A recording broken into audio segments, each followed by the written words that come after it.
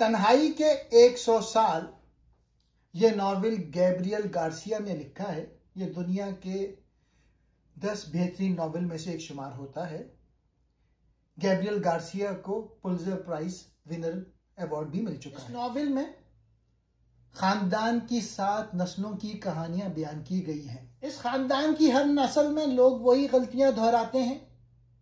कोई शायद तन्हाई में गुम हो जाता है, कोई ऐसी मोहब्बत में मुब्तला हो जाता है जो उसे तबाह कर देती है, और कोई अपनी जिद या ख्वाबों की वजह से जिंदगी बर्बाद कर लेता है।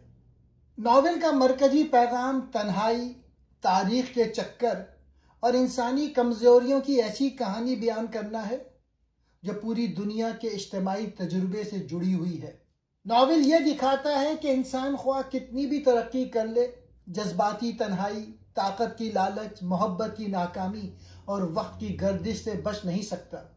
जिंदगी सिर्फ ज़ाहिरी वाक़यात का मजमुआ नहीं, बल्कि यादों, ख्वाबों और तकदीर के असरात का जाल भी है।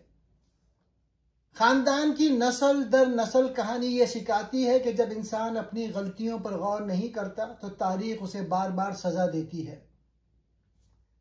इस नॉवेल में खानदान की 7 नस्लों को दिखाना महज एक खानदानी तारीख बयान करना नहीं, बल्कि पूरे नॉवेल के बुनियादी फलसफे, अलामतों और इंसानी तजुर्बे को वाज़ेह करना है। नॉवेल में खानदान की पूरी कहानी पहले से लिखी हुई दिखाई गई है।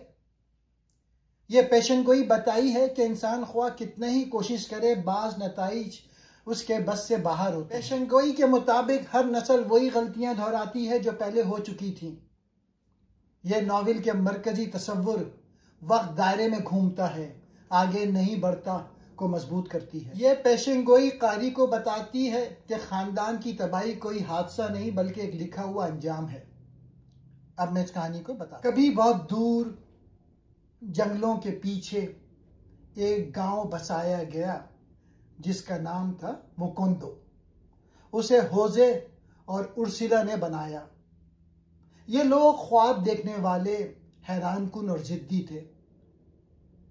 शुरू में गांव छोटा था, मगर इसमें अजीब व गरीब चीजें होती थी। एक दिन मेल्कियाडेस नामी एक शख्स इस गांव में आया। वो नई चीजें लाता, आईने, मकनातीस, दूरबीन और हैरत अंगेज बातें। होजे उससे बहुत मुतासिर हुआ। वो अपने घर को इल्म, तजुर्बे और ख्वाबों से भरने लगा, मगर उसके तजुर्बात उसे तन्हाई की तरफ ले गए। वो लोगों से दूर होता चला गया। होजे और उसकी बीवी उर्सिला दोनों उम्मीद करते थे कि यहाँ एक ऐसा खानदान बसेगा जिसे बाहर की दुनिया की बुराइयों से महफूज रखा जा सकेगा। होजे बुलंद ख्यालात रखने वाला शख्स था। वो नए इल्म, इजादात और ख्वाबों में रहता था। मेल्कियाडेस एक आलिम भी था। आने वाली नस्लों, खानदान की तकदीर और इस गांव के अंजाम के बारे में पेशेनगोइयां की थी। खानदान की तकदीर पहले से लिखी हुई है। मेल्कियाडेस ने अपने पुराने नोट और तहरीरों में इस खानदान की पूरी तारीख लिखी थी। इसमें हर नस्ल की जिंदगी, मोहब्बत, जंग, कामयाबियां और नाकामियां पहले से तय थीं। मेल्कियाडेस ने पेशेनगोई की थी कि खानदान हर नस्ल में वही गलतियां दोहराएगा जो पहले की नस्लों ने की थी। हर नस्ल मोहब्बत में नाकाम होगी, ताकत और इल्म के बावजूद तन्हा रहेगी और तारीख अपने आप को दोहराती रहेगी। मेल्कियाडेस ने बताया था कि यह गांव एक दिन मुकम्मल तौर पर फना हो जाएगा। शहर की तरक्की, दौलत और बैरूनी असरात इसे मिट्टी और हवा में तहलील कर देंगे। यह तबाही खानदान के आखिरी नस्ल के साथ ही मुकम्मल होगी।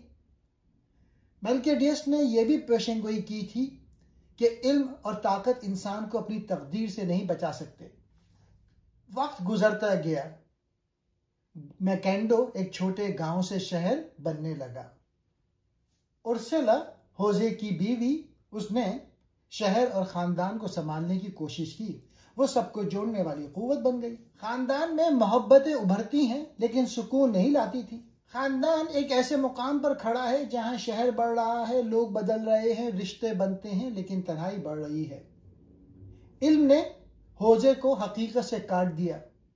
मोहब्बत ने खानदान को जोड़ने के बजाय बांट दिया और उर्सुला की कोशिशों के बावजूद घर जज्बाती इंतशार का शिकार हो गया। होजे और उर्सुला का एक बेटा है जिसका नाम है ओरिलियानो। वो ज़हीन और सोचने वाला मगर अंदर से तन्हा, खामोश मिजाज और जज्बात में पस्त, अक्सर अपनी दुनिया में खोया रहता है। जज्बाती तौर पे उलझा हुआ मगर बहुत अज़म वाला और बहादुर भी। नौजवानी में वो जंग और सियासत में हिस्सा लेता है, बागी फौज का लीडर बनकर कई जंगें लड़ता है, मगर मोहब्बत और सुकून कभी नहीं पाता। वो अपनी तकदीर और ख़ानदान की तारीख से जुड़ा रहता है और अक्सर तन्हाई और अफसुर्दगी का शिकार रहता है।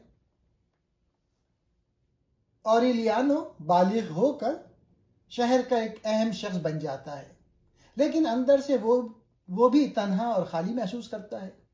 आहिस्ता आहिस्ता वो सियासत में उलझ जाता है, खाना जंगी की आवाज़ें तेज़ होती हैं और बागी फौज का लीडर बनकर जंग में निकल जाता है। उसके दिल में दुनिया बदलने की ख्वाहिश होती है, मगर वो अपने अंदर की तन्हाई और जज्बाती कमी को कभी नहीं भुला पाता। उधर घर में उर्सुला खानदान की हिफाजत और नज़्म ज़ब्त कायम रखने की कोशिश करती है। वो नस्लों को संभालने वाली माँ की अलामत बन जाती है, मजबूत, सब्र वाली और हकीकत पसंद। लेकिन उसकी आंखों के सामने घर बिगड़ता चला जाता है। ओरिलियानो जंग में जाता है और बार बार मौत से बच जाता है, मगर हर बार उसकी रूह मजीद खाली हो जाती है। आखिरकार वो जंग से थक कर घर लौट आता है, मगर उसकी वापसी भी किसी खुशी या सुकून का जरिया नहीं बनती। वो पहले से ज्यादा खामोश, सख्त और जज्बाती तौर पे टूटा हुआ हो चुका होता है। गांव में एक नया दौर शुरू होता है, बैरूनी दुनिया का दाखिला।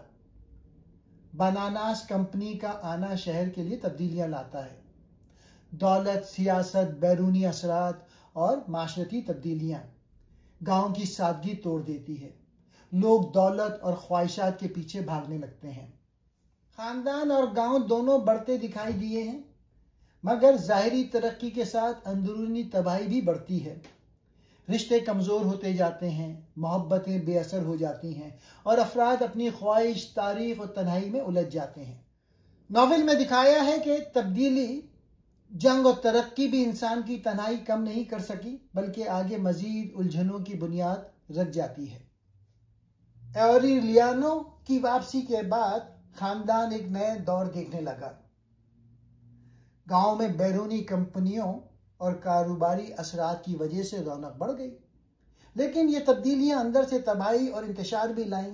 दौलत, मशीनें, गैर मुल्की लोग और नए निज़ाम ने शहर की सादगी और मासूमियत छीन ली। खानदान के अफराद अपनी अपनी दुनिया में उलझे हुए थे। दरमियान में होजे सेकेंडो और ओरिलियानो सेकेंडो नामी किरदार सामने आते हैं। ये जुड़वां भाई थे, लेकिन शख्सियत में एक दूसरे के बरक्स। एक संजीदा, खामोश और सोचने वाला, दूसरा खुश मिजाज, मज़ा पसंद और दुनियावी ख्वाहिशात में डूबा हुआ। इन दोनों की कहानियां दिखाती हैं कि खानदान में हमेशा तजाद और दो इंतहाओं वाली शख्सियतें रही हैं। मैकेंडो गांव पर अब सरमायादारी और ताकत की गिरफ्त मजबूत होती जा रही थी। बनाना कंपनी के जुल्म, मजदूरों के इस्तेसाल और हुकूमत की बेहिसी ने शहर को बहरान में धकेल दिया।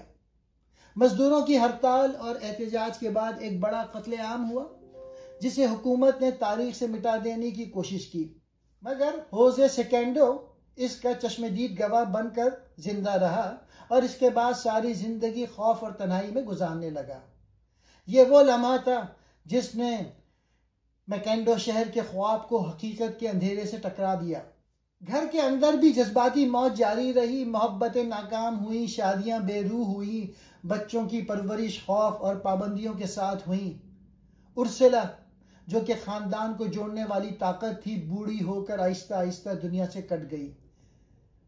वो समझ गई थी कि खानदान अपनी गलतियों से कभी नहीं सीखेगा। हर नस्ल पिछली नस्ल जैसे तर्ज अमल, इसी तन्हाई और इन्हीं अंजामों को दोहराती रहेगी। नॉवल दिखाता है कि जिंदगी की सबसे बड़ी शिकस्त तब होती है जब इंसान जीते जी मरना शुरू हो जाए। और वो घराना इसी अंजाम तक पहुंच रहा था। आखिरकार शहर और खानदान दोनों अंदर से टूटने लगे। हालांकि बाहर से सब कुछ कामयाबी, तरक्की और चमक दमक दिखाई देता था, खानदान अब आखिरी नस्लों की तरफ बढ़ रहा था। खानदान का घर एक वक्त में जिंदगी, हिकमत और मोहब्बत का मरकज था, मगर अब वो खामोश, टूटा हुआ और पुरस्कार बन चुका था। अक्सर पुराने किरदार या तो मर चुके थे या अपनी तन्हाई के कैद में गुम हो चुके थे। होजे सेकेंडो कत्लेआम की हकीकत के बोझ के साथ जिंदा रहता है, मगर कोई उसकी बात पर यकीन नहीं करता। गोया शहर ने अपनी तारीख ही भुला दी हो। वो पूरी जिंदगी खौफ, यादों और तन्हाई के साए में गुजार देता है। और एलियानो सेकेंडो ऐशो इशरत की जिंदगी से थक चुका था। आखिर में वो भी बेमायने खुशियों के पीछे भागते भागते खाली और शिकस्ता हो जाता है। घर में बच्चे पैदा होते हैं, नस्लें आगे बढ़ती हैं, मगर हर आने वाली नस्ल पिछली नस्लों की तरह गलतियां दोहराती है। मोहब्बतें मिलती हैं, मगर अंजाम हमेशा तन्हाई, पछतावे और जुदाई में होता है। उर्सेला, जो खानदान की बुनियाद और अकल की अलामत थी, तकरीबन नाबीना और नातवा होकर मर जाती है। उसकी मौत के साथ उस घराने की अखलाकी बुनियाद भी खत्म हो जाती है। अब खानदान में वो बसीरत बाकी नहीं रही जो इसे सीधा रख सकती थी। आखिरी नस्ल का लड़का, जिसे ऑरेलियानो बेबीलोनिया कहा जाता है, एक ऐसी औरत से मोहब्बत करता है जो दरअसल उसकी करीबी रिश्तेदार होती है, मगर खानदान की तारीख में यही तकदीर थी कि वो अपने ही खून में मोहब्बत, गलती और अंजाम की तरफ बढ़ें।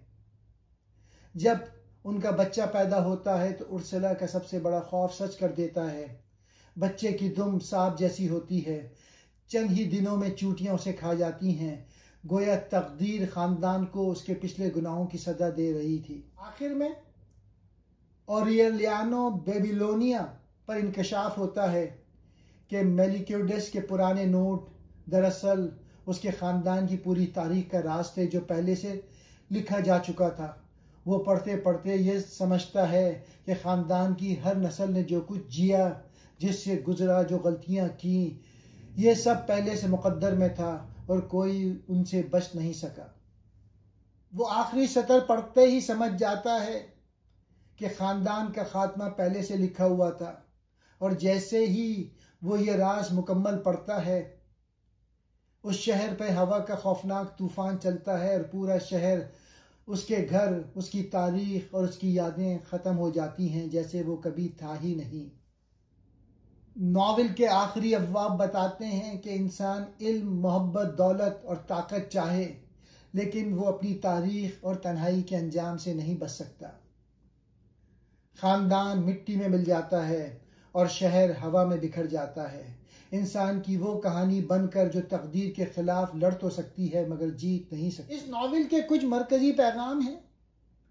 इंसान तरक्की करता है मगर अपनी गलतियां दोहराता रहता है। इस नॉवेल में खानदान बदलते हैं, नस्लें गुजरती हैं, लेकिन इंसानों की कमजोरियां, ख्वाहिशात और गलत फैसले बार बार लौट आते हैं। जिंदगी खुशी और दर्द का मिलाप है, कभी जश्न, कभी जंग, कभी मोहब्बत, कभी तन्हाई। यही इंसानी सफर है। वक्त एक दायरा है, सीधी लकीर नहीं।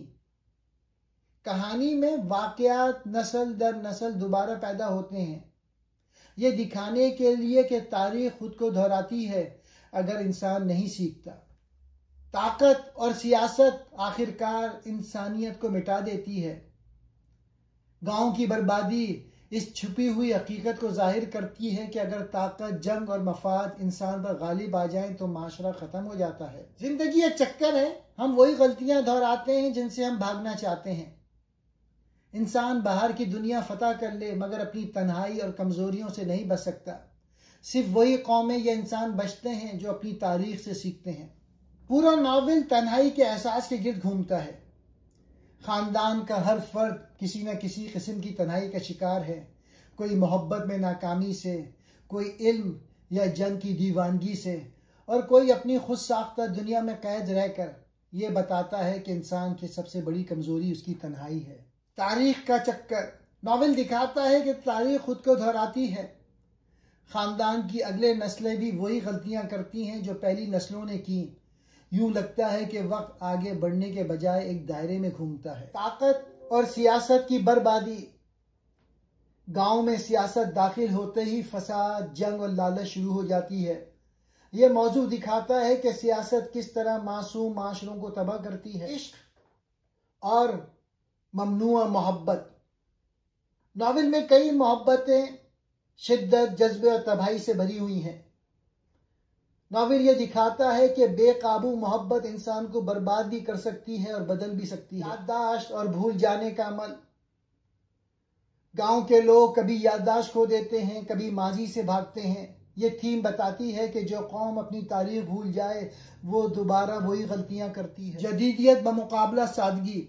जब रेलवे कंपनियां और गैर मुल्की दुकानदार गांव में आते हैं तो बस्ती की मासूमियत खत्म होने लगती है।